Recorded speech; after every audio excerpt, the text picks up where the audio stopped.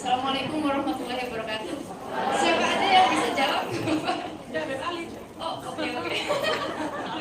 Ya kalau rebutan saya bingung mau nanya ke siapa. Aja bingung. Kenapa?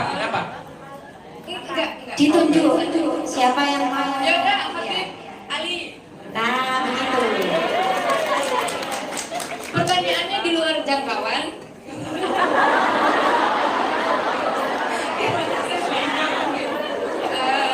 Saya mau bertanya tentang bingung mau mulai dari mana. Pertanyaannya roaming. Rumit, ya. Saya ditalak berkali-kali. Tapi ketika saya bilang sama suami kalau kita sebenarnya bukan suami istri, dia selalu mengelak bahwa talaknya nggak pernah jatuh karena saya mengucapkan lewat WhatsApp bukan secara langsung. Itu apa memang begitu, Habib? Dia selalu sudah lebih dari 3 kali menjatuhkan talak, ngajak cerai hanya karena saya tidak mau ngirim duit lagi.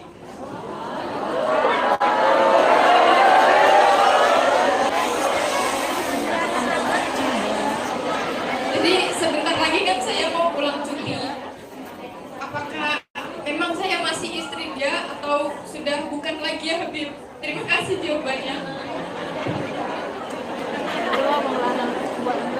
Saya mau tanya dulu ya. Kalau tadi sudah nyebut Habib Ali yang ditanya, terus Habib Ali nggak mau jawab, pelanggaran atau enggak itu?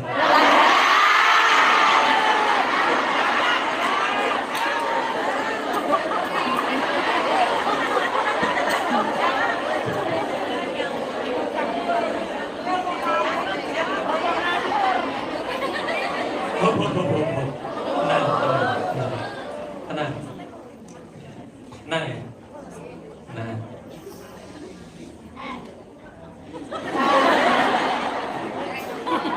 Gini ya,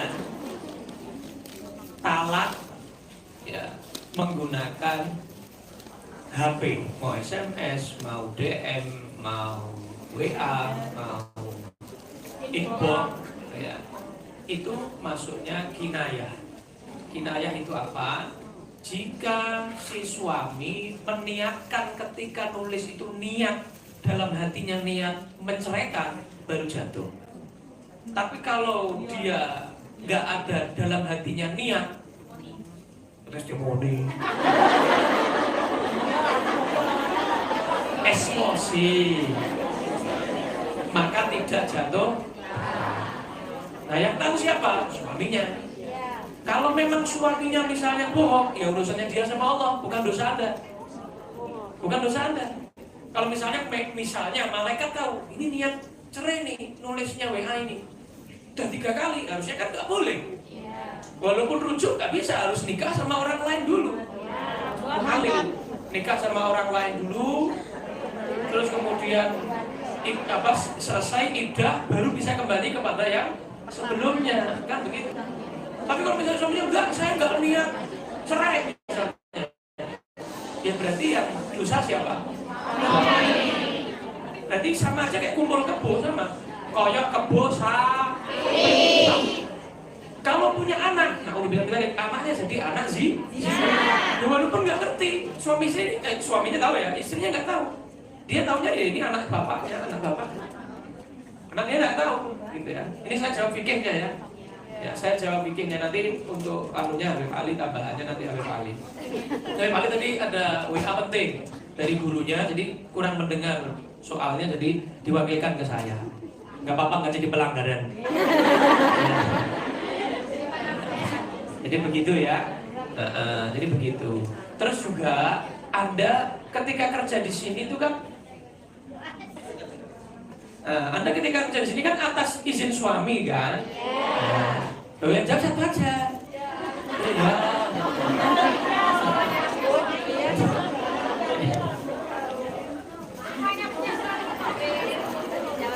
Ya. Jadi atas izin suami, ya sudah, berarti Anda di sini bekerja tidak dosa.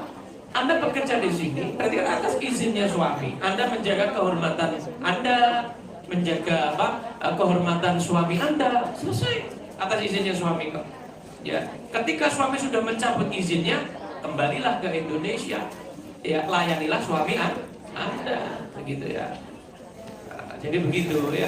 Jawabannya, saya pertanyaannya betul gitu kan ya? Jawabannya cukup. Cukup. Oke. Ya, sama-sama. Tapi kalau niat tadi ya, tapi kalau langsung nggak bisa.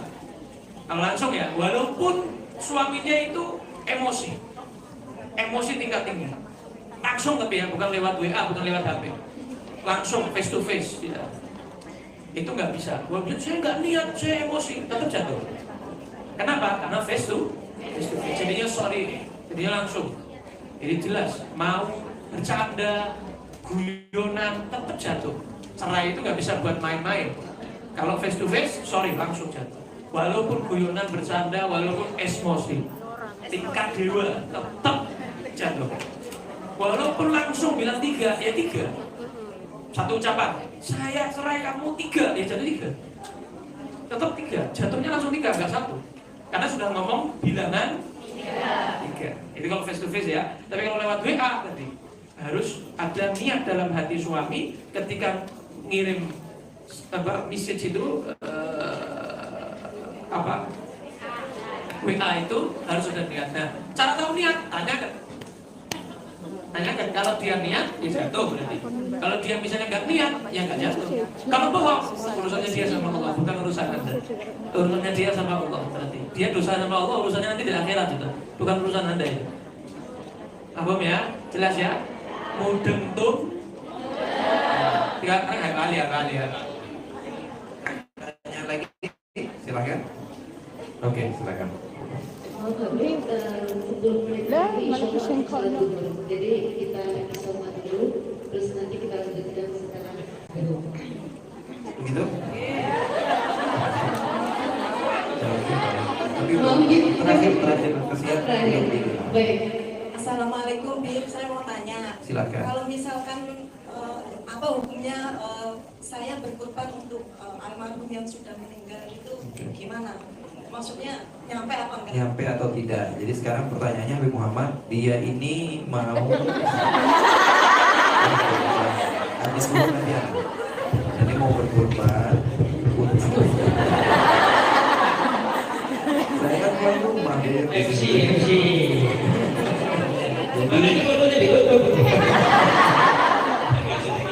Jadi beliau ini mau berkorban, tapi atas nama orang tuanya yang sudah meninggal. Apakah kurbannya itu sampai atau tidak sampai? Ada dua pendapat. Ada dua pendapat.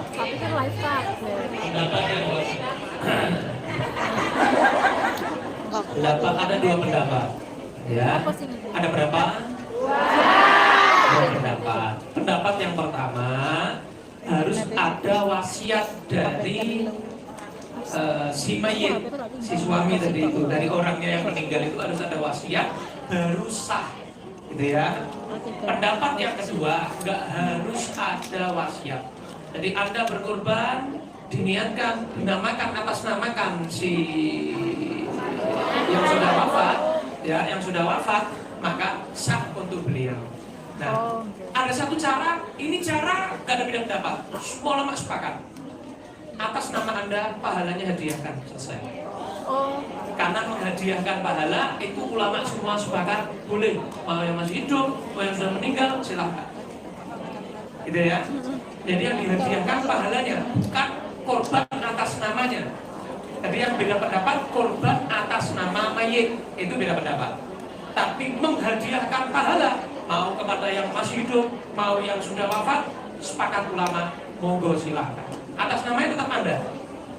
Atas nama Mariati misalnya. Ya, yang sah untuk Mariati tadi itu yang korban, suaminya dapat pahala, dihadiahkan pahalanya ke suami. Gitu Beb ya? Sepakat Beb? Kita istirahat dulu. Sholat